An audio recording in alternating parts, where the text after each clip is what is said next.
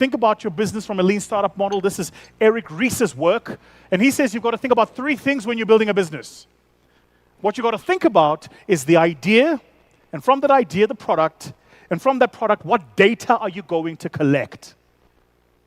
This is especially true if you're still early. What's the idea? And between the idea and the product, you want to spend the least amount of time building it. Between the product and the data, you want to sell the product and then measure what information you're getting. To be clear, you need to know what you're going to measure. And then lastly, you want to think about between the idea and the data, how do you make that process as lean? Good to see you. It's so good to be back. Uganda's feeling like home now. It is. Last time I was here, I was a little bit fatter. I'm a bit thinner now, so it's good to be back. Energy in the room is so low, I suspect it's because you guys have had a long day. Yes? Yeah, I was joining you on the day because I was listening online. Can I ask everybody to just stand up for a second? Let's just stand up and refresh ourselves. Talk to the person next to you. Tell them you look good. I'm lying, but you look good. And if nobody said it to you, they're just jealous. Talk to the other person next to you. Tell them one interesting fact about you that nobody knows. One interesting fact about you that nobody knows.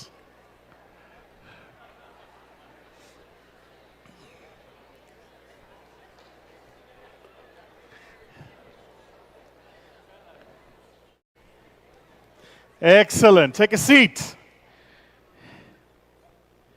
Why are you gay? Hey guys, my favorite. I was at NBS today. I was hoping to meet him. Why are you gay?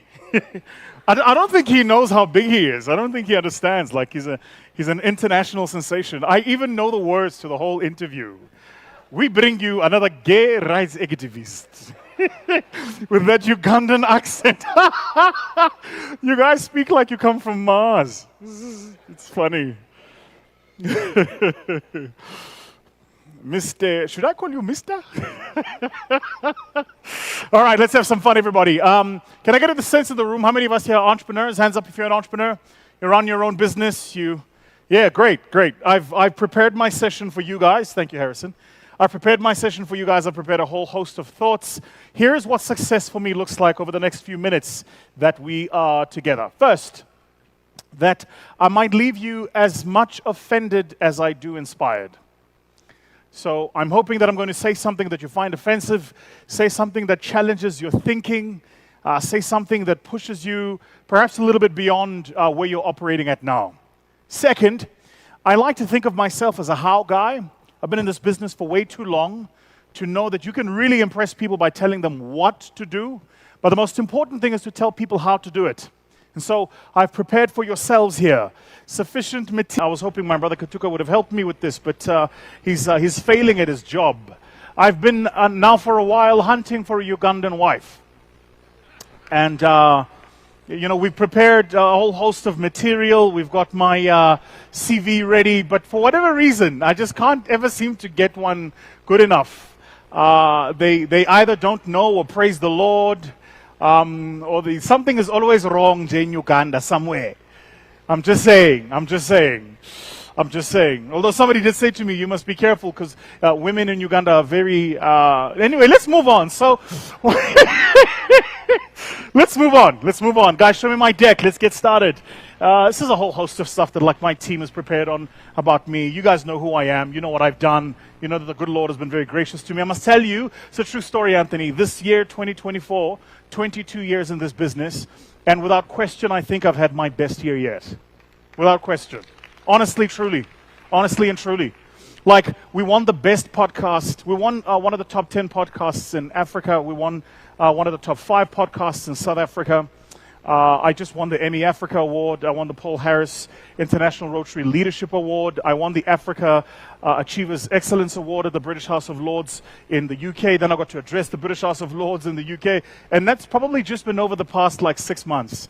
I can't tell you what happened in the first 6 months. It really has been that year. And I think, this is why I'm telling you this, I think it's because we started this year with me speaking here in this exact hall in Uganda at my brother Daniel's event. So I'm glad that we get to end it the way that it started. I'm glad we get to end it the way that it started. All right, let's get going, everybody. Thank you. This is what I want to talk to you about today. When I was preparing for the session after we had our call, I was thinking about what conversation might I bring to this that might really help simplify the challenges that most entrepreneurs have with their businesses. And in our next book, which was supposed to launch on the 14th of December, but we're traveling, so we're launching it in January next year. In our next book, Ground Zero, we talk about this problem called the Pink Panther problem. All of you here, I imagine, are familiar with Pink Panther, but I'll tell you a little bit about the history of Pink Panther in a moment.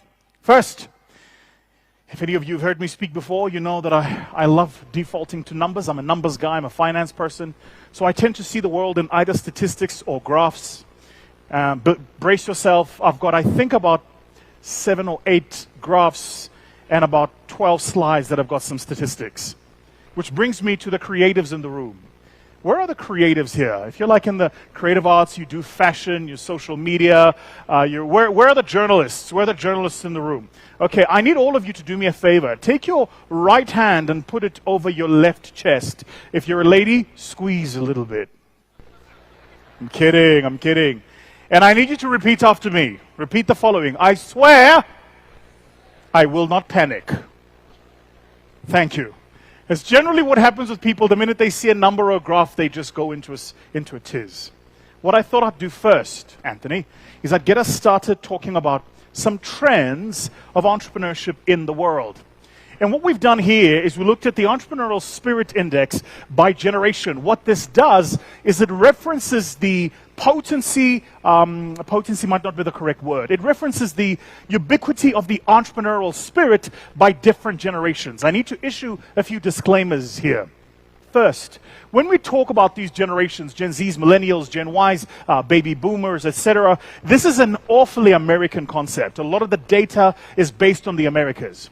However, as the world is malleoing itself into kind of a singularity of thought, driven in part by those rectangular devices that light up when you touch them, that some of you are pointing at me now, called phones, we have become a universe of one. In other words, our cultures are transmitted more and more because we're all consuming the same social media, except, of course, if you're in Uganda, because some of it is banned.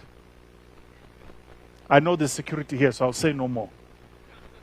We're going to move on. Very nice. Because I want you to invite me back. You know a joke is awkward when nobody laughs. And somebody's like, does he know what he is doing? Great. So have a look at this. This is entrepreneurial spirit by very high, high, moderate, and low by generations. And you notice that for a lot of you here in the room who are Gen Zs, the largest proportion of you is on the high. For the millennials in the room, the largest proportion again. In fact, it's equal between very high and high. For the Gen X's, it begins to drop, concentrates itself on that very high. And then for the baby boomers, you notice that it's almost predominant on the very high. Why is this important? Because when all of us here think about entrepreneurs, we tend to have an idea of who the entrepreneur is. It's a young person who's dropped out of school and started some sort of technology company or some sort of influencer online. But actually the literature tells us that entrepreneurship as a spirit is high across generations. This should be liberating, especially to those of us in the room who are older. In other words, it's not too late to start. That urge that you're feeling to get into business is necessary and natural. In fact, the latest literature now released says that the average age of a startup founder in the world today is not this person who was sold in movies. It's actually well over the age of 40 years old. Just think about what I just said to you. Because the narrative we see every day is, businesses started predominantly by these young people in their 20s, and that is true. but the average age is above 40. That should liberate those of us in the room who are older. I'm quarter to 40 myself, so I'm 39. I turned 40 years old in 3 months' time, but I know I'm Zulu and good-looking, so I look like 22. So that's the first thing I wanted to share with you. Now this is important, and this is for yourselves. We looked at the amount of capital and funding that goes into different markets. Then we looked at the amount of capital and funding in the startup space that goes into Uganda specifically. And we did this over a 3-year period. And what do you notice? You notice what we call the bell curve upside down. So I'll distribute it to you the following way.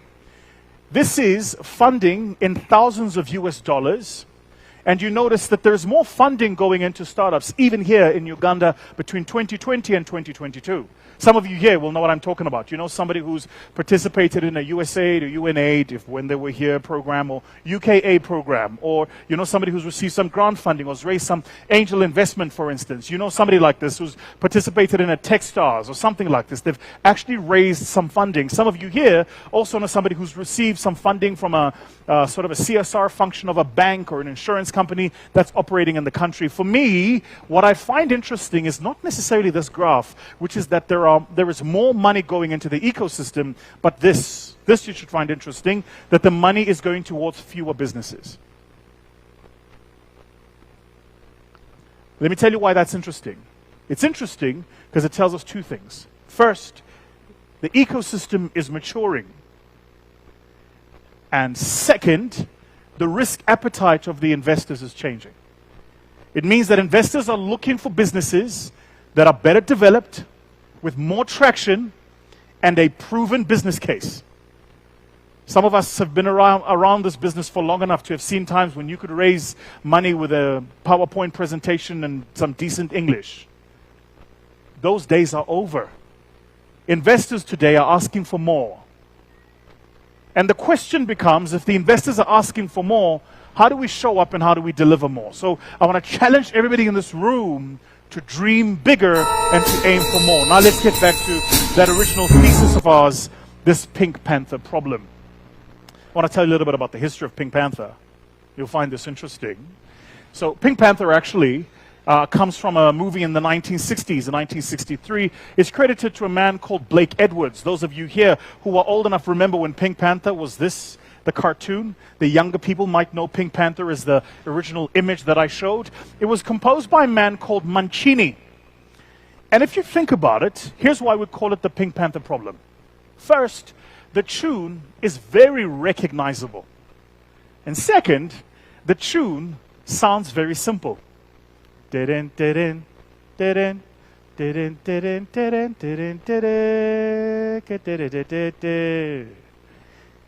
the tune. When you see successful business people, the likes of which you saw here earlier, across the many panels that they were in, and you observe them from a distance, and you say, oh, he runs a beverage business, or he runs a nightclub, or she's in media, or she's a journalist. Oh, that's easy, I can do that. What you're doing is you're committing the sin of the Pink Panther problem.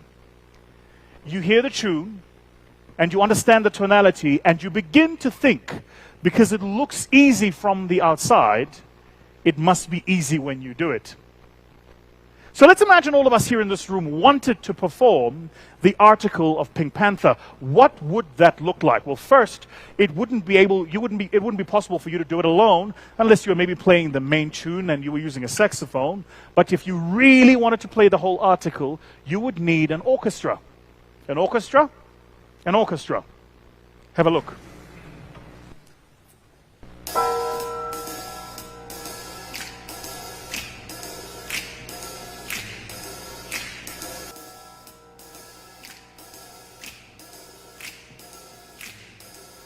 The act. Is it the lead, the saxophonist who's playing? Or is it the rest of the orchestra that's waiting for their turn? You can watch that video on YouTube. It's a 6-minute long video. And immediately after the lead finishes playing the opening lead, what we call in music the reprise, the opening stanza, the rest of the orchestra joins. Or do you credit the conductor who has the courage to turn away from the audience so that they might be able to lead the orchestra? Do you credit the composer who wrote the score? Any of you here who've played musical instruments know that music looks like it's just coming from the gut, but when you play it, there's an article of notation written in front of you. It's called the score. Who do you credit for the genius? The answer is everybody. And that's the difficulty with building a scalable business, is you want to be everything. The conductor, the composer, the player, the trumpeter. Some of you are even your own audience. You put up the post and then you comment on your own post. And then you like yourself. And then you reshare what you've liked for yourself. And then you download yourself and you WhatsApp yourself to yourself.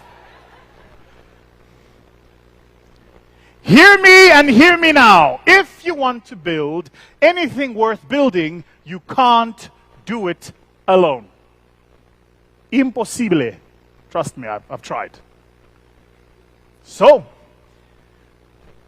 my theory is this. Entrepreneurs don't build businesses. That's not what we do. Entrepreneurs build teams. Teams build businesses. That's the trick.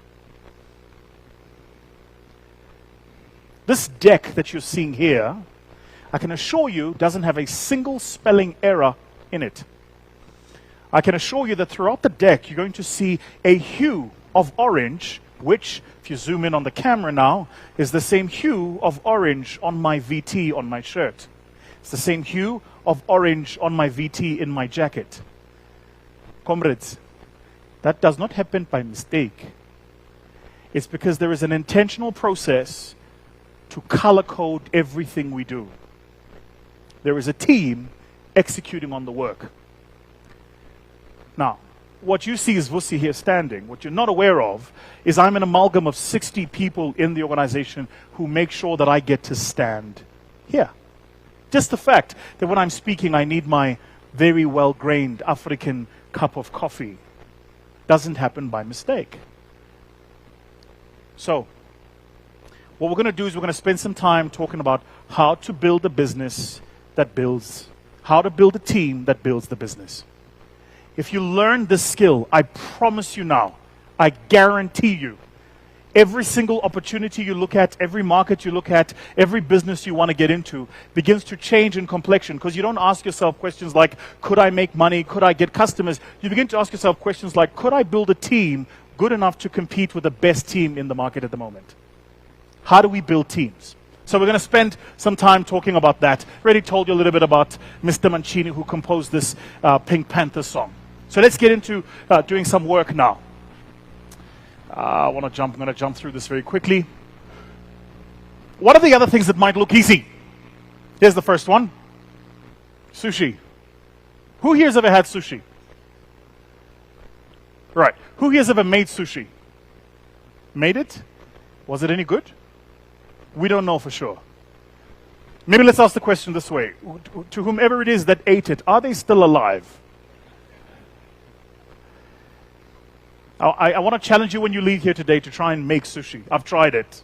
I've actually tried it. It's very, very difficult. Just the ability of cutting the little bits into these little bits and then mixing the rice into the little bits. Very, very complex. Hard to do, but looks easy from the outside. It's just sushi. What else might be hard to do? Well, this is a building built, would you believe it, in the year 1929. It's an architectural building based in Barcelona.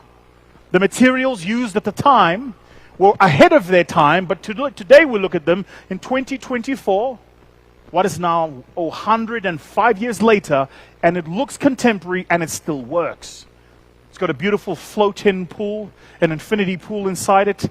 It's even got air conditioning that was thought about in 1929 that ventilates the system today without using a single watt of electricity and power, even in the heat of Barcelona summers. Crazy, right? From the outside, all you see are just concrete and marble slabs put together. But there is a process to architecture it. What else might be hard to do? This is my third and final example. Does anybody know about haiku poetry? Any of you here read haiku poetry? Yes? There's always one nerd in the room. Any of you here, gentlemen, any of you here who are dating? Gents, if you're dating or you're single, in fact, put up your hand, gents, if you're single. Even you, she's asking you to lift your hand for a reason. Lift it. Hands up for the single gents. Take my advice. Start reading some haiku poetry. It'll change your dating game, man. Change your dating game. You come out with all sorts of dangerous lines. Dangerous lines. So genius and mastery makes things look easy. Let's talk now a little bit about scaling. If you want to scale your business, the first thing you need to do is you need to know how to build a business model. Make note of this. We spend a lot of time in our firm working with entrepreneurs and helping them understand how to build their businesses. And the first thing we try to focus our time and attention on is how do you build a business model? Now here's the thing. I'm about to share a few things that you will look at them and go, oh yes, but I know this. The test is not whether or not you know. The test is, do you do what you know? So you can know, and that's fine, but are you doing the things you know to do? So the first element of building a business model is you need to do client segmentation. In our firm, we use a model of doing business models. Don't mind Harrison. He's doing the thing I told you about earlier, making sure that I'm refilled with my cup of coffee. See? Ping tanta. Any of you here who run businesses, have you done actual client segmentation? I love this, Anthony. I ask people, have you done client segmentation? They go, yes, I've done it. Then I say, show it to me. It says, my clients are all in Kampala. Oh, shit. That's not client segmentation. Here's how you know when you've accurately segmented a client. Here's how you know. If you can describe the needs and wants of that client at 3 o'clock in the morning. So we use this in our firm. We call it the 3 a.m. test. I can tell you about a follower, for instance, of Vusi Thembekwayo on social media at 3 a.m. in the morning. I know who they are. I know how they think. I know what kind of material they like to consume. I know even where they like to consume that material because we've done adequate segmenting of our clients. So spend time doing client segmentation. Some questions that you can ask yourself. Where are they? Second question you should ask yourself, what single pain do they have?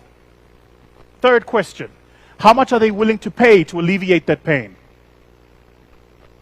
These are simple questions, but when you begin to answer them, you begin to understand what are the segmentations of your client. So that's the first thing. Second is for that client, what's going to be the value proposition?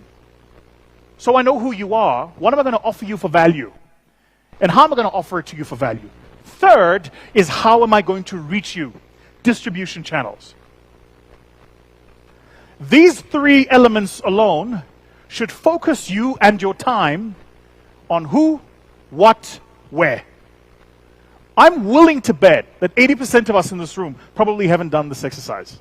I'm willing to bet.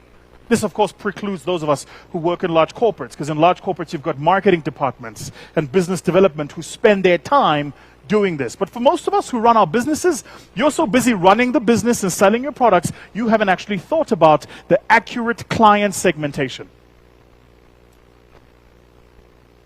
I just had a meeting today with a young lady who operates here in Uganda. She'd reached out to my team. And so what I like to do when I travel into countries, I like to spend some time talking to entrepreneurs operating in that space, because I can read the McKinsey reports that tell me about your country, but when I talk to somebody and look into the white of their eyes, I actually begin to understand what's happening in the environment. She's in a waste management business. I can't tell you more, obviously, for disclosure reasons, but she's in a waste management business, and she was telling me about her business and how long she's been running her business and who her client segmentation is. And then I said to her, so when you say you sell to procurement, who in procurement do you sell to?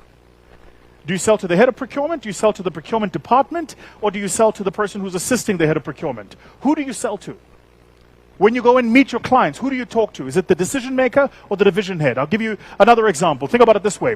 If I run this entire establishment and all of you here have waters that you are drinking, there is somebody who works in this establishment whose job it is to buy that water. That's how it landed on your table. So, if I were to want to sell my water to Serena Hotels, do I go and talk to the person in procurement who buys the water, or do I go and talk to James, who's the general manager? Who makes the decision? Now, what a lot of us do is you immediately go to Anthony because he runs the bank. You go to James because he runs the hotel, not knowing that the person who runs the institution probably doesn't make buying decisions. Doing accurate client segmentation must be so specific that you know exactly who makes the buying decisions. I'll give you guys another example. I'm cognizant of our time. Check this out. I'm a dad. I'm a father of 3 unbelievable kids that I know about. No, you must always qualify. We don't know also. But I'm a father of 3 unbelievable kids. My oldest, Vusi, is 14 and he's my height. You should just see this kid. He plays junior NBA.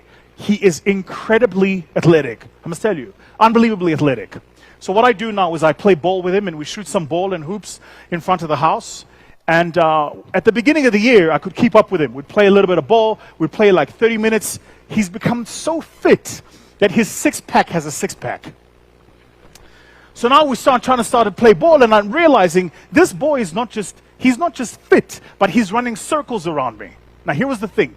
When he was younger, he could run circles. If you try to run circles around me, I use the size of my body and I dominate him. Just do this and he can't get around me. Now he's my height. He's got a wingspan, my wingspan. That changes the dynamics of the game. So here's what I do now. When we start playing a game, I used to first play defense. Now I'll play attack and he goes on defense.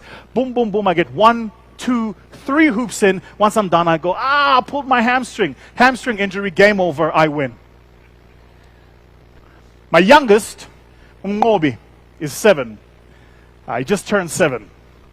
And I'm told by my kids that I'm the most biased to him. I don't agree, but what do I know?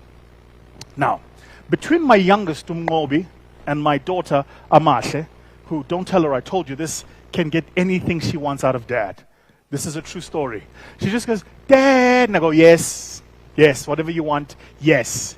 Dad will buy you a yacht. Absolutely, no problem. So my youngest, Ngobi, loves fast food. It's a real problem. And it's my fault because when he was younger, he would ask for fast food all the time, and I just let him have it. So when we're on the drive home, we go past various fast food joints. We go past the Burger King, go past the KFC, go past the McDonald's. There is a plethora of brands. Which one does he choose? He constantly chooses the McDonald's. Why? Because they have a kiddies meal which has a toy. Think about what I just said to you. McDonald's understood that the access to my wallet was through my son. So they didn't market their products to me. They didn't even market a burger to me. They marketed a toy to my 7-year-old. Client segmentation. You get it? If you don't get it, care about it. Forget about it. Then the next element you want to know is how do you do customer relationships? Customer relationships. Entrepreneurs in the room, can I get a sense in the room? How many of you here have a CRM system that you're running in your business? Big problem. By the way, WhatsApp is not a CRM system. An actual CRM system. When you leave here, go to Zoho.com. I constantly recommend Zoho. The head of Zoho in Africa is a friend of mine. They do a 30-day trial where you can trial their CRM system to actually use it. You have to make sure every single client, customer, purchase, and contact detail is not just sitting on your phone. It's got to sit on a system. All of these help you with the customer and how to make money from them. But a business model is not a revenue model. So what makes a business model is not just where the money comes from, but also where the money goes. So what are the items of expenditures you should think about? First, each of these customers, from a value proposition perspective, must make you actual money, revenue streams. But for every single revenue stream, there's a client-facing process. And for every single client-facing process, there is a cost associated with that. Novice entrepreneurs spend all of their time talking about where the revenue is going to come from. They spend very little time talking about how they're going to deliver that revenue, and almost no time talking about what is the cost to deliver that revenue. This is true even for content creators because your time is worth something. your time is worth something. If you just get these steps right, and you actually take the time and you go through them intentionally, you can build a business model. You can build a business model. When we're done, I'm going to give you guys a QR code that if you scan it, will take you to a questionnaire that you can run through all of these 7 parameters. It's 49 questions, 7 questions per section, and it's all of these 7 parameters, and at the end of it, it'll deliver for you your own business model. Then you actually do the work. So that's why I said, didn't come to impress, came to teach. So we want to be able to understand that scaling a business is a multifaceted thing. Here are 4 things you need to think about when you're scaling a business. First, whose job is it to ensure that the quality of focus is in the place, that the processes deliver that quality of focus, and that's internal. And external is whose job is it to ensure you build your team as well as you expand your markets. Let's get into that a little bit. We did some work in the firm to understand how many clients have actually scaled their business. And not just how many have scaled their business, but in addition to this, where do clients get stuck? And I'll show you very quickly. The first place clients get stuck in scaling their business is synthesizing their operations. Don't worry, I'll explain, and I will give you the templates and tools. Synthesizing their operations is simply this. It's writing the score for that performance article of music that you saw earlier. So, I want to find the right way to say this. Today, here at the hotel, there was a young lady that came to my room. Not like that. But there was a young lady that came to my room and rang the doorbell circa 7 a.m. What do you think she was there for? Housekeeping. Why did she come at 7 a.m., not 11 a.m.? Why did she come at 7 a.m., not 4 a.m.? Because that's the rule. Somebody wrote down the rule that you do the rounds from 7 a.m. onwards. Any of you here who've ever been admitted to a hospital will know that every morning in the hospitals, in South Africa it's circa 7 a.m., it might be different here, but every morning at around 7 a.m., the doctors walk the wards and check on their patients. How does that happen in every single hospital, everywhere in the world? It's because those who run hospitals have written rules about how a hospital runs. They have synthesized their operations. So the question I'm asking you is, how many of you have taken the time to write the rules about how your business runs? Forget teaching someone how to do it. Just write it down, even for yourself. How does it run? Second,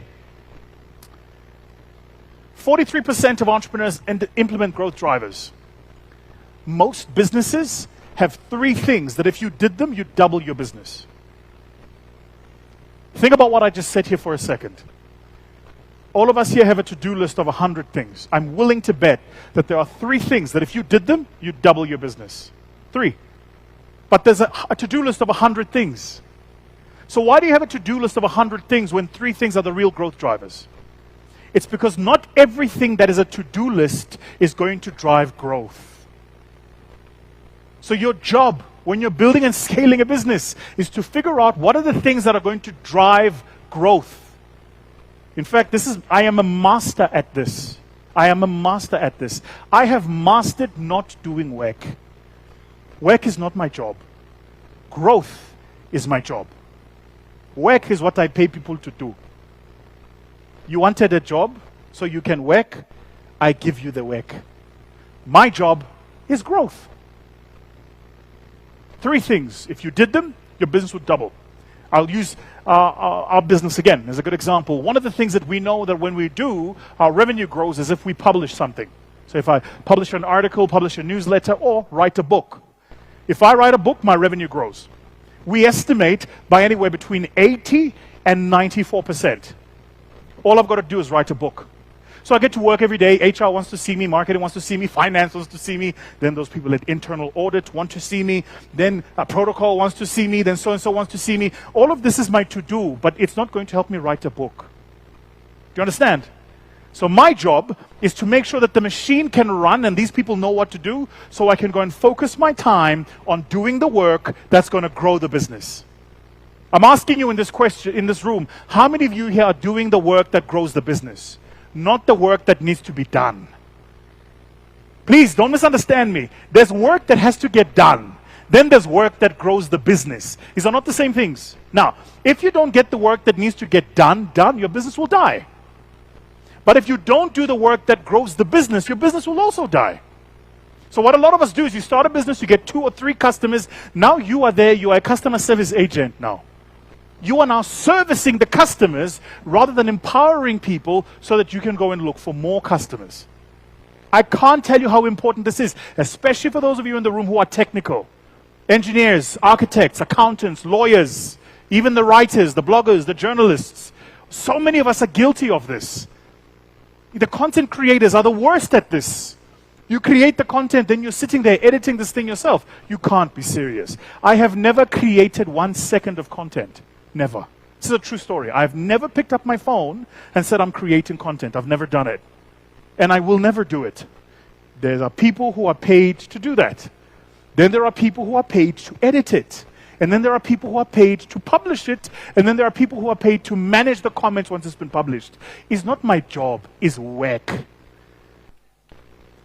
So I'm simply making the point that in the job you're doing every day, just ask yourself the question, is this going to grow the business or just deliver the business? I'm cognizant of time. Third, build on insights. I wish I had more time to spend on this, but I don't. Build your business on insights, not instinct. Man, I wish I had more time I could do it just an entire masterclass just on this. You know when you get started as an entrepreneur, because this is what makes us entrepreneurs? When we get started as entrepreneurs, we have instinct, right? Like a gut instinct. Like if I stand on Entebbe Road and I start selling a certain product, people are going to buy it. How do I know? I don't know. I didn't do market research. I just feel it in my guts. And I'm looking at all of these people going up and down and I go, if I stood here and I sold something, people would buy it. It's my instinct. The problem is, then I stand there and I start selling it, and indeed people buy it, and now I'm making money, and then I come to a conference and then people say, what do you do? And I go, I'm an entrepreneur. They go, really? I say, yeah. What do you do? I sell coffee on Entebbe Road. It's a great business. Then I go, but you know, I'm selling so much, I want to open a 2nd store, 3rd store, 4th store. Where do I open the stores? What do I do again? I follow my instinct. Terrible advice. You start a business on instinct. You scale a business on insight. Now, how can you scale on insight if you have no information? If you have no data? No sources from which you draw data and information? The answer is you can't. Which brings me to the point I'm trying to make. I said it to Lydia just now in our meeting. Please make a note of this in your head. Metric, M-E-T-R-I-C, that matter. Just make a note of that. Metric that matter. Not everything that is measurable matters. Not everything that matters can be measured. So what you want to be able to do as an entrepreneur is to figure out what is the stuff that matters, and to focus your attention on measuring the things that matter. It might be that the thing that matters for you in your business is repeat customers. So how many of the customers that I sell to first time come back? It might be that the thing that matters for you in your business is how many customers come from different territories. From the hinterlands, for instance, of Kampala. How many customers come from outside of downtown? But you need to know what those metrics are. I'm willing to bet most of us in this room don't have 3 metrics that we measure that matter. I'm willing to bet. So I run by the rule of 3. What does that mean? Every function in the business that I need to measure, I measure no more than 3 things. But if we need to measure, for instance, our business and our business plan, it's revenue, EBITDA, cost of capital. Those are the three things I worry myself about. But if I need to measure our YouTube channel, which is now on 940,000 subscribers, we'll hit a million subscribers before the end of the year. What are the things that I measure my YouTube team on? So people think I measure my YouTube team on the number of subscriber growth. I actually don't. I measure my YouTube team on the number of minutes people watch our shorts. Listen to what I just said. Number of minutes people watch our shorts. Not number of minutes people watch our videos. The content creators know what I'm talking about. Because we've learned that what drives subscribers is the number of minutes people watch on shorts. It's that video when you're on YouTube and you watch 30 seconds and you swipe up. It's that TikTok version, right? That's the stuff we do. You want to know why? Because I know the more minutes people watch on shorts, the more subscribers I get. The more subscribers I get, the more minutes they view. The more minutes I view, the more money I make. So I'm not measuring the money coming from my YouTube. I'm measuring the number of minutes people watch my shorts. I'm measuring the input, not the outcome. Three simple metric. I'm challenging you to go into your business and to find the three simple metric that if you did them, these are the things that your business would grow. And then lastly, you have to align incentives. This is so key. Again, not enough time to get into it, but it's so key.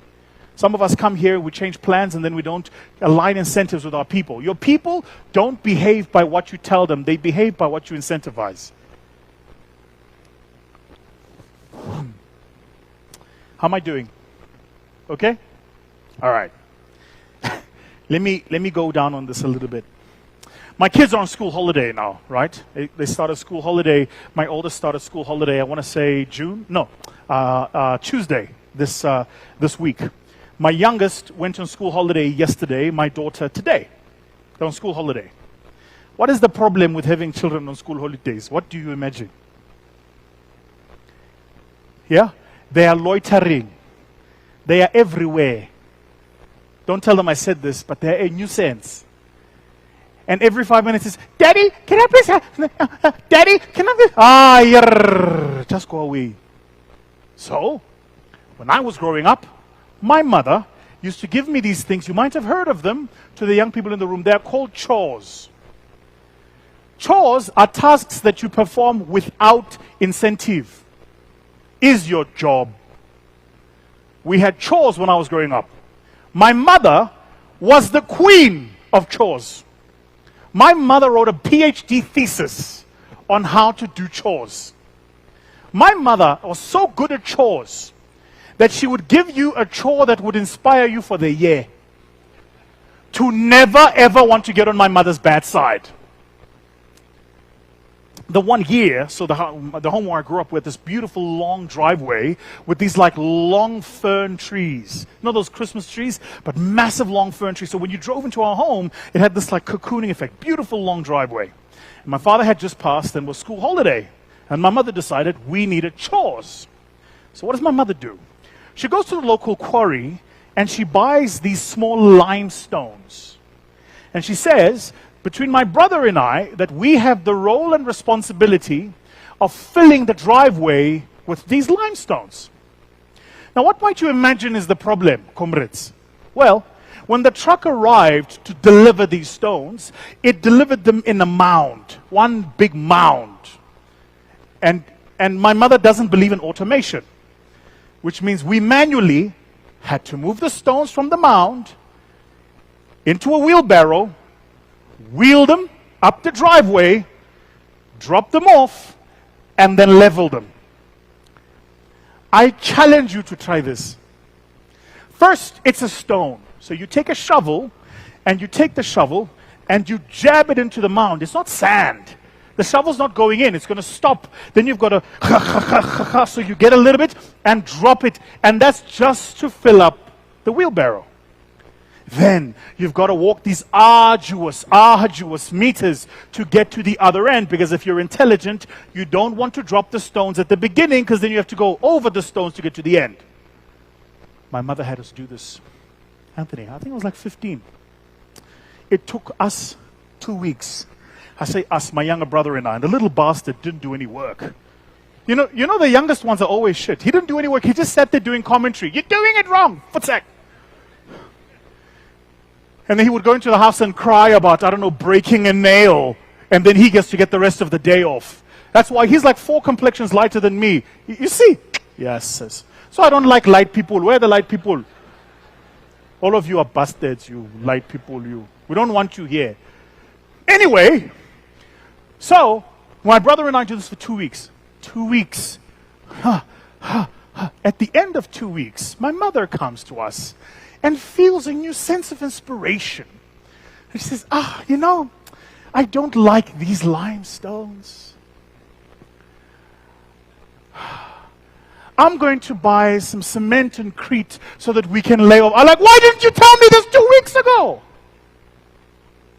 So my kids are on holiday, and I'm thinking, how do I give my kids their limestone? It's such a beautiful thing about being a parent. How do I punish these little bastards? How do I show them I love them with some pain? So we develop a system of chores. My oldest knows he's got to water the garden. He's got to tend to the outside. We've got a beautiful monster bully in the house, big dog. She's about this big. Her name is Allegro. You know you've made it as a black person when you give dogs human names. And so we've got a beautiful monster bully called Allegro. And his job is to make sure that he cleans after Allegro's poop, that he cleans the pool, that the pool is sparkling and clean. His job is the outside. My daughter, she's got her set of chores. My youngest, his chore is to be a chore to his brother and sisters. But how do I get them to do this? Not by putting down what the instruction is, but by creating a system of incentives so that when they do the thing, there's an incentive. In our home, we run a point-based system, and 100 points convert to a certain amount of money, and they get that amount of money in credits on their bank account, and when they withdraw that money from the bank account, I charge a 20% tax. This is true. I'm not even lying. That's actually how it works. I'm not even lying. So my kids have an incentive system. My daughter knows, or my son knows, that if she washes the dishes and my son dries, these are different credits. The person who washes the dishes gets 35 credits. The person who dries them only gets 25 credits. Why? Because drying is easier than washing. They're well aware of this. They're also aware that if they wash their own school socks, they get 40 credits. If the maid washes it, they lose 20 credits. So we'll ask the helper in the house, who washed the socks, you or the kids? My son knows that if he goes to school with shoes that are not polished, he loses 20 points. And the number of points converts to credits, credits converts to money. When they withdraw from their bank account, I take a 20% tax. So I don't get my kids to do the right thing by telling them. I get them to do the right thing by creating a system of incentives that drives the behavior. Are we following each other? Yes? Right. Hands up in the room if you have a system of incentives for the people that work for you. Do you see what the problem might be? So maybe one of the things you want to do when you leave here is to ask yourself, who's in my team and how do I incentivize them? Now, the reason it says align incentives is because you also have to make sure the incentive drives the business goal that you want. That the incentive drives the business goal that you want. I'm going to skip over this a little bit because we're chasing time. I'm going to skip over this a little bit. And I want to get to this. That's okay. This is just me showing you that I over-prepare as one does. Great. So what do you need to do when you leave the business? Let's talk about some tools that you can use in your companies when you leave here. What do you need to do? First, any of you here who've done the business model canvas? Hands up in the room? Right. So the first thing you're going to do, those of you who've not, is you're going to go and do a canvas for your business. What does a canvas look like? It looks something like this. It forces you to ask yourself the question, right? And you'll notice some of the work we would have done earlier. Who are the key partnerships you need for your business? What are the key activities you need to perform? And what resources do you need to perform those activities? If you do that properly, that's a day's worth of work, I assure you, if you do it properly. Another thing I like to advise people to do, never take a model and complete it in a day. You need to take a model and do half of it, then go to bed. You ever notice how when you go to bed and you're lying and you're staring at the ceiling, things tend to crystallize? Sometimes it happens to me when I'm in the shower alone, where like things just come to me and they crystallize. You missed the alone part. But what I encourage people to do is to always do a third or half of something, leave it overnight, let it simmer, and then come back to it. I think you guys here have nyama choma. I know in Kenya they have this. In South Africa we call it the braai. But you know that the meat that is cooked or barbecued over fire always tastes better the next day. Doing model work is a lot like this. The next day, your brain is a lot clearer. So you want to start with key partnerships, activities, resources, value propositions, customer relationships, segments, channels. You would have done a lot of this in that business model. So the first thing I'm challenging you here to do when you leave is to go and do your business model canvas. The second is to think about your business from a lean startup model. This is Eric Ries's work. And he says you've got to think about 3 things when you're building a business. What you've got to think about is the idea, and from that idea, the product, and from that product, what data are you going to collect? This is especially true if you're still early. What's the idea? And between the idea and the product, you want to spend the least amount of time building it. Between the product and the data, you want to sell the product and then measure what information you're getting. To be clear, you need to know what you're going to measure. And then lastly, you want to think about between the idea and the data, how do you make that process as lean as possible? So that more data you get, the better your ideas become. The more data you get, the better your ideas become.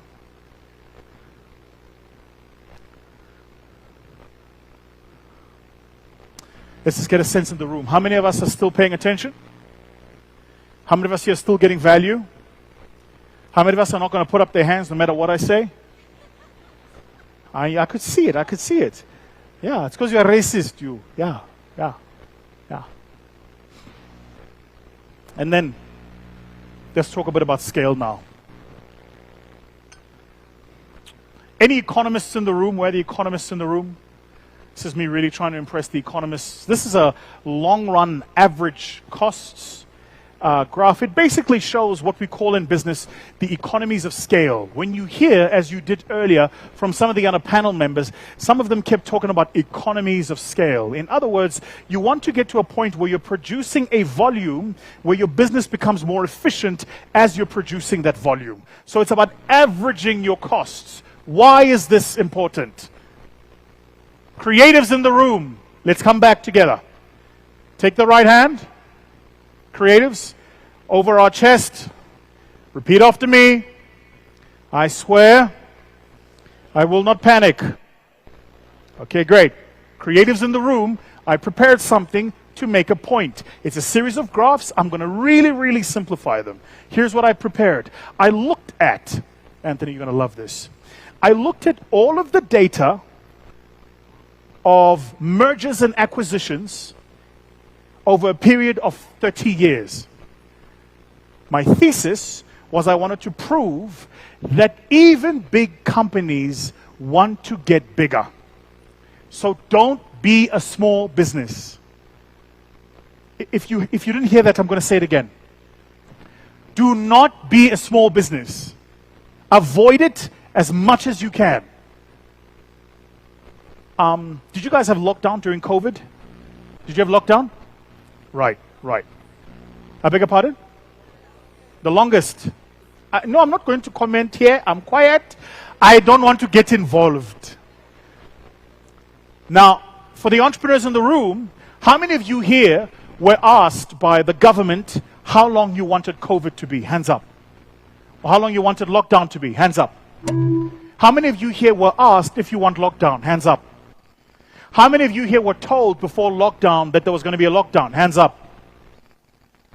I promise you don't work in small businesses, right? My point is made. Here's why you should never run a small business. When you run a small business, nobody consults you. Think about what I just said. No one consults. In South Africa, here's what happens. The government will go and meet with the labor unions. Then they'll go and meet with the financial sector, the banks, the insurance companies. Then they'll go and meet with the other politicians. They'll even go and meet with the civic organizations, the non-profit organizations, the public benefit organizations, but they will never call a meeting with entrepreneurs. Why? Because you are so small that your individual voice doesn't matter. So, I don't know about you, I like my voice to matter, which means my number one drive in building a business is to get bigger. Get bigger. Let's have a look at those numbers again. Let's have a look at those numbers again. Anthony, you're going to love this, man. Like, this is really impressive shit. Check this out. This is data from Statista. This is the number of acquisitions and mergers in the world between the year I was born, 1985, and last year, 2023. What do you notice? There is a constant build-up, gets to a boom, and it drops. Do you see that? Then another build-up, and it drops. Another build-up, and it drops. But you know what else you should notice?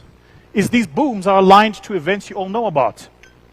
The year 2000 was that thing we call the dot-com bubble. Yes? The year 2007, the global financial crisis. Yes? The year 2017, any takers? What happened in 2017? And then what happened in 2020? COVID. Markets consolidate. That's how markets work. So you are in a market now that's about to do the same thing again. So what's your job? Get big. Get so big that you are the one buying someone or someone is buying you. But whatever you do, don't stay small. Because what this data doesn't show is that actually what happens is as big companies get bigger, small companies die at a higher rate because they can't compete. Even if I benchmark these two numbers against each other, look at 1985 to the year 2000. Only 39,000 mergers and acquisitions happened. Now watch, another period between 2002 and 2021, 58,000. More mergers and acquisitions over time.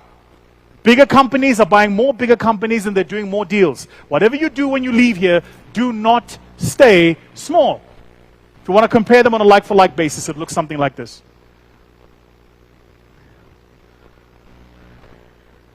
So what's the point? Get big. Get big. This is so important. I wish somebody told me this. I'm actually being honest here. I'm not making a joke. There's some of you in this room who look like you are very, very young. I'm talking late teens, early 20s. If somebody told me when I was your age what I'm telling you now, I would have been 10 years ago where I am today. It took me 22 years of business to figure this out. So for some of you, it's going over your heads. Take this message in. I wish. The first time I traveled to Uganda, 2007, 2008. I stayed at a small B&B somewhere. I'll never forget. The host who invited me here had traveling on a Bora Bora. That's how I know those guys live on the edge of life. I would love to see them make Top Gear Kampala. Yeah. I don't think that would go very far. So the point I'm making is this. That was the first time I came here. I wish somebody told me then what I'm telling you now. I would have approached my business the way I'm approaching it now. Now my approach in my business is get as big as possible, as quick as possible. And if I can't scale it, I don't do it. So it's not just getting into business and doing well, but it's also scaling it. It's also scaling it. Harrison, I'm sure you're going to fix that issue on the screen. I'm not sure what's going on there.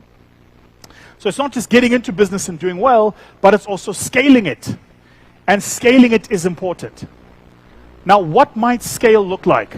For some of us in this room, scaling your business means getting more customers. In my business, it's not just getting more customers, it's also opening businesses in more countries. So today, we've been running a whole process of looking at new markets. We've opened up in 4 new markets. And one of the things we thought about is how do we scale our business? So do I go and open a corporate office? Or do I create a product as a business and then license that business? Or do I create a license as a product and then franchise that business? These are different business models, but all of them allow me to scale. What is the biggest restaurant chain in the world? Does anybody here know? Say again? No, it's not McDonald's, it's Subway. Did you know that? Franchise. What is the one soda product that no matter where in the world you are, you'll find it on the shelves? Coca-Cola. I just had, on the way here, it's a true story, listen to this, how luck works. I'm sat at the lounge, and a guy comes to me and says, I know you. You're that guy on YouTube. I said, no, that's my good-looking twin brother. He introduces himself. It turns out he's from Nigeria. He lives in Pennsylvania in the US, and he works for Coca-Cola. So I said to him, what's your job? He says, oh, my job is I'm a process engineer for the ingredient. Now, for those of you who don't know, Coca-Cola is probably one of the most security-conscious businesses in the world, right? But his job is he's one of the process engineers for the ingredient. When you buy a Coke, those in the soda business will know this, Coca-Cola will sell into the country a concentrated ingredient. Bottlers in that country will mix the concentrated ingredient with water and a couple of other additives, and then you get the Coca-Cola product. Yes? How many Coca-Cola ingredients manufacturers in all of Africa? 55 countries, 1.4 billion people. How many do you think do they have manufacturing? How many factories do you think they have making this concentrate in all of Africa? 2. They're in all 55 countries. Eh? You know, there are countries in the world where you can't get airtime, but you can get Coke. 2. One in Swaziland and the other one in Egypt. From the bottom and from the top, they supply the whole continent. And he says, yeah, that's cool. I mean, that's Coke. He says, but you know what most people don't know? He says, the genius of Coke is not that we own Coke. It's that we own everything people don't know is Coke. It's like, what do you mean? He says, we'll come into a market and we'll watch like how you guys consume product. So for instance, and he was saying, it's like here in Africa, guys like ginger beer. So a lot of people don't know, we own several ginger beer brands in markets. He says in the US, there's a big health conscious thing at the moment. So you know what we do? We will buy health conscious products, businesses, and we'll sell them. That's their job. So what they do is they allow small companies to get big, and then they buy them. Does that make sense? They allow small companies to get big, and then they buy them. It's something else for you to think about. That's a different growth story from a Coke perspective, right? Think about, let me think, Pepsi. Is Pepsi here? Right. So what's the Pepsi model? Oh, I see. That was tense for you guys, eh? They're like, hey, what's happening? Okay, so what's the Pepsi growth model? Now, you don't have to tell us. From your perspective, I don't want you to breach any non-disclosures. But from an outsider's perspective, Coca-Cola goes, we want to own drinks. Pepsi goes, we want to own something on the meal all day. So Pepsi has something you can buy in the morning. They have something you can buy for lunch. They have something you can buy for dinner. Different growth strategies, similar market. So what you want in your business is to be very intentional about scale. That was a good save. That was a very good save. Very, very good save. You're welcome. So how do you manage this? Let's be clear, you have to take risks. I like thinking about risk and risk probability. So what I'm going to do is I'm going to show you, this is the model of risk management that I use. You can think for yourself if this model works for you. But I use this when I've got to make decisions like, do we want to litigate on something? Say we've got a particular issue. Do I want to go to court or do I want to go to arbitration? Or it might be something like we want to open in a new market and we're looking at the regulation. Do we want to get an in-country partner or do we want to open up in that country ourselves? Or it might be that I've got a specific role in the business. That's a very sensitive role. It might be, do I hire somebody from in-country or do we hire somebody who's virtual? All of these are different decisions, but I basically use the same risk matrix, and here's how it works. On the vertical is you're measuring probability for the thing happening. On the horizontal, you're measuring the impact of it if it happens. And if the probability of it happening is low and the impact is low, then it's a low risk. Would you agree? If the probability of it happening is low and the impact is medium, it's also low risk because the probability is low. But if the probability is low but the impact is high, we classify it as medium. So what's the possibility it might happen? Very low. What would be the impact if it did happen? Very high. Let's think about this venue we're in as a good example. In South Africa, we've had power challenges. We don't have them anymore because we stopped exporting power to you guys. That was a joke. Off to the truth and jest. But this room that we're sat in, the probability of the power going off is very low. But the impact, if it happens, would be high, right? So what would the hotel do? They'd put in place backup power, because they've estimated that it's a medium risk. If the probability is medium, impact is low, it's low. Probability is medium, impact is medium, medium. Probability is medium, impact is high, red medium. This is my model. Then I go, impact is low, probability is high, impact is low, still low. What you should begin to notice is everything that's a low impact is low. What happens if the probability is high but the impact is medium? It's medium. And what happens if the probability is high and the impact is high? It's high. So when we do risk modeling, risk management, we kind of like to put things in this metric.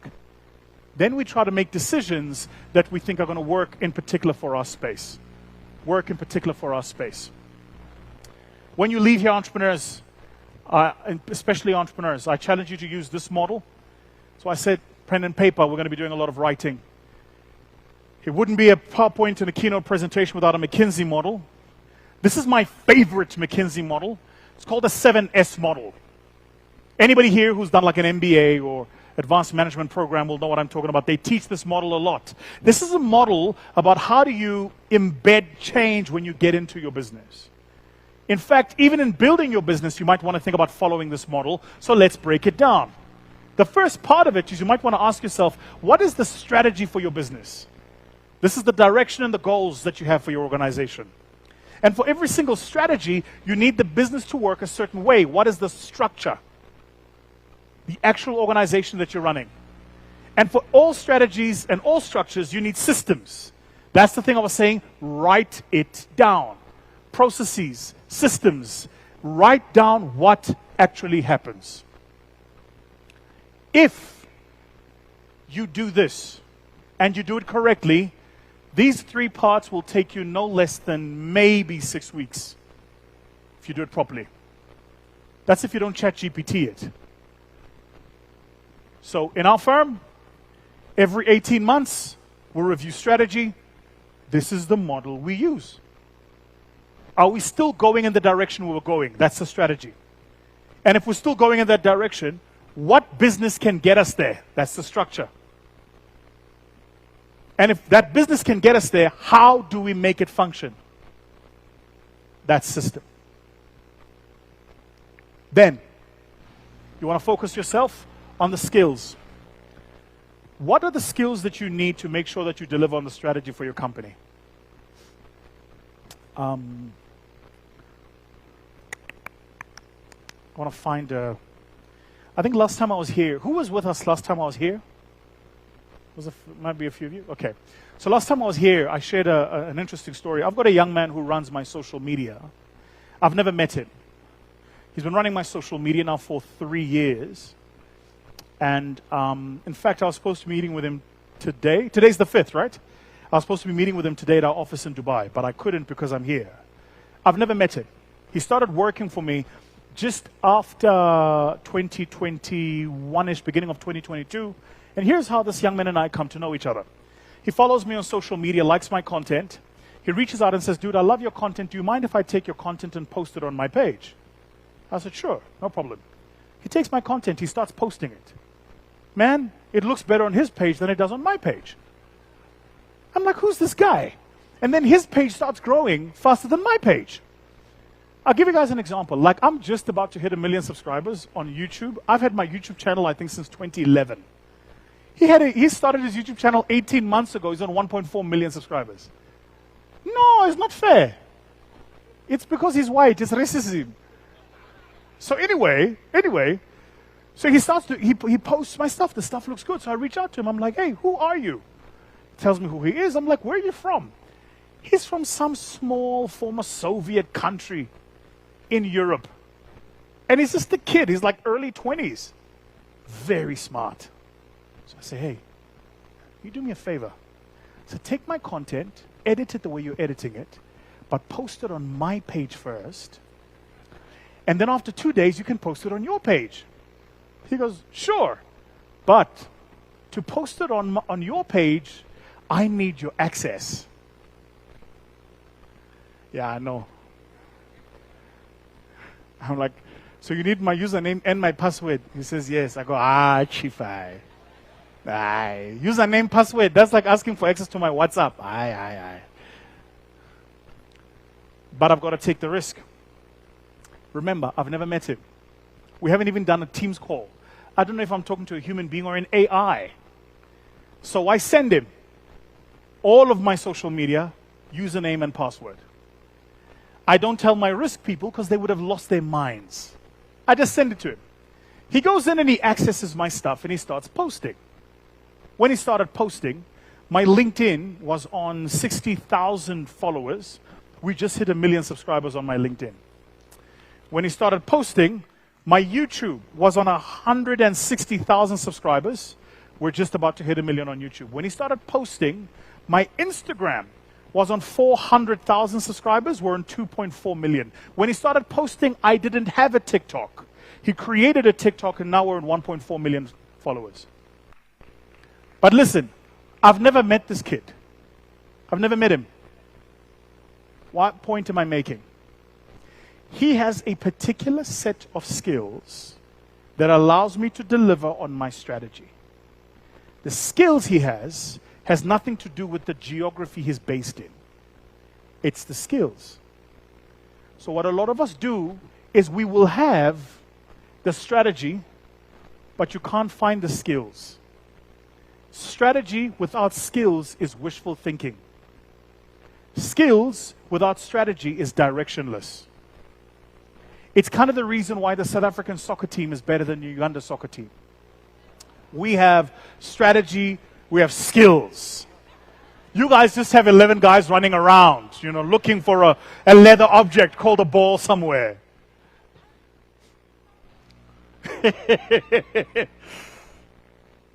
As a leader, ask yourself, what style do you want to use in leading your people? How do you create shared value? And then, of course, where are you going to get stuff? Take the model down. I will leave the model with the good people who've invited me here at PSFU. And for any of you here who want a copy, I will leave it for yourselves, and you will find a way to disseminate it to the people who have attended. So what you want to make sure of is that you're following those 7 S's. This is the last bit. This is the last bit. This is the last bit. This is the last bit. Last bit. There's a book I want to recommend to everybody here. This is the what to do when you leave here. It's a book. Hold on. Why is it doing that? It's a book called The 90 Days. Okay?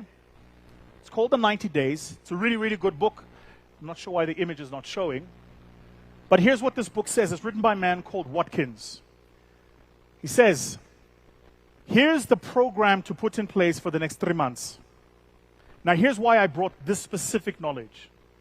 Because I'd like to challenge you to try to do these things between Jan and March next year. So what have we covered in our time today?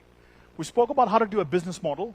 We spoke about how to do strategy, put in place structure, processes, systems. But for a lot of us in this room who are entrepreneurs, here's what's true. Have you ever done the work, but the business doesn't change? Has this ever happened to you? Because you know that there's a difference between cognitively knowing something and getting something to actually get done. For me, this is my deepest frustration, that I can go away and we can think as a management team about our strategy for the business, come back and tell the rest of the business, but they do tomorrow what they did yesterday. So we want to ask ourselves the question, how do we embed change? Make sure that the thing we want to get done gets done. So for the next 3 months, beginning of the year until March, try this. The first thing you want to do in your 90-day process is to prepare yourself. So gather as much information as you can about the market that you're in, the space you're operating in, the competitors you're competing with. Just prepare you. The second thing you want to do is you want to accelerate as much of your learning as possible. What does that mean? All this information that you've got, try and optimize that information and understand it as quickly as possible. Notice you haven't started doing any work in the company, you're still doing work on you. The third thing you want to do is you want to start to match your strategy to your situation. And you can do that because you just spend time analyzing your market. So now you can go, the strategy that I developed, does it actually match the situation I'm in?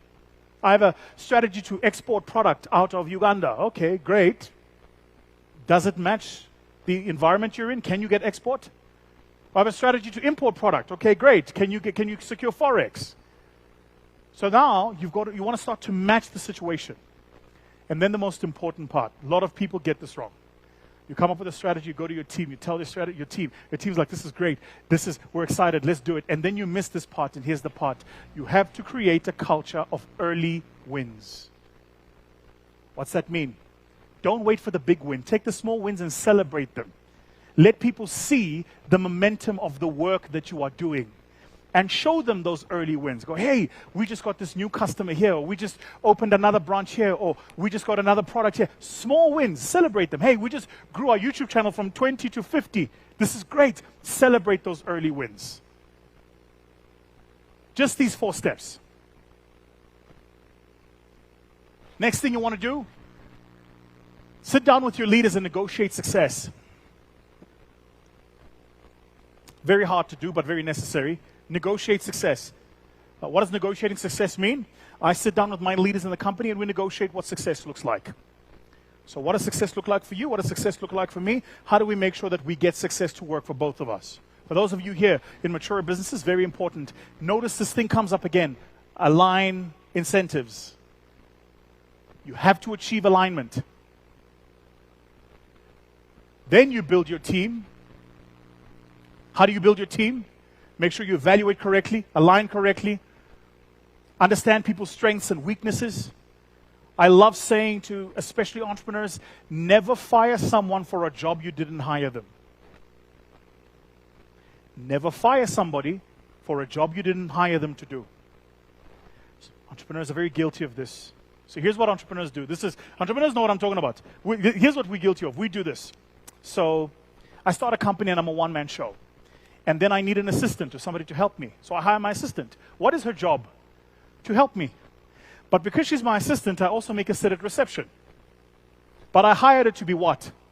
My assistant, not to be the receptionist. Which means, if I hired her to be an assistant and she's a lousy receptionist, I shouldn't fire her. Don't fire people for a job you didn't hire them to do. Now, what a lot of us do, especially those of you here who run smaller companies, is you have a lot of people who are dabblers. They do a lot. You have an accounting team, which is one person. And they do receivables, payables, non-payables, no money in the bank account. Then they do a little bit of legal. They do your VAT returns, your PAYE, your corporate income tax. And they're your bookkeeper and your management accountant. But you only hired them to do receivables. Then they submit a tax return incorrectly and you want to fire them. That's not what you hired them to do. You hired them to do receivables, not to do taxes. Don't fire people for a job you didn't hire them to do. This is why aligning is so important and building your team is so important. Then, second last, create alliances. Create alliances. I know this is being streamed live and some of my team members are watching this, so I'm very worried about what I'm about to say. But let me not use myself as an example. I'll try another example. The greatest football manager of all time is a guy called Sir Alex Ferguson. He used to support this terrible team called Man United. It's not his fault. He managed this team called Man. I mean, if he was a smart man, he would have managed Arsenal. But you can't win everything in life. No, I don't care. Go argue with your ancestors. I don't care. Arsenal is the best team in the world. There we go. Look at them. It's true. Yeah. We don't care. So anyway, Liverpool, I said team. I didn't say a bunch of Neanderthals running around. I said team. You will never walk alone. You're walking alone now. I joke. So you know what Alex Ferguson says in his book about leadership? He says, every single player in his team thought that they had a special relationship with him that no other player had. What does that mean? It means he would spend time with each player individual and say, you know, you're my chosen one. You're the special one. You're the one. Then when they leave, he goes, forget that one. You know you are my chosen one. Because when you give people something to aspire for, they will meet it. If you say to somebody, you're amazing, you're incredible, and I believe in you, they will be amazing and incredible and believe in you.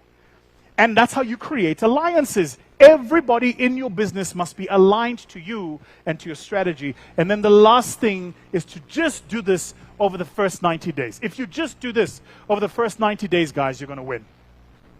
I'm done. So I'm going to leave you guys with some bonus material.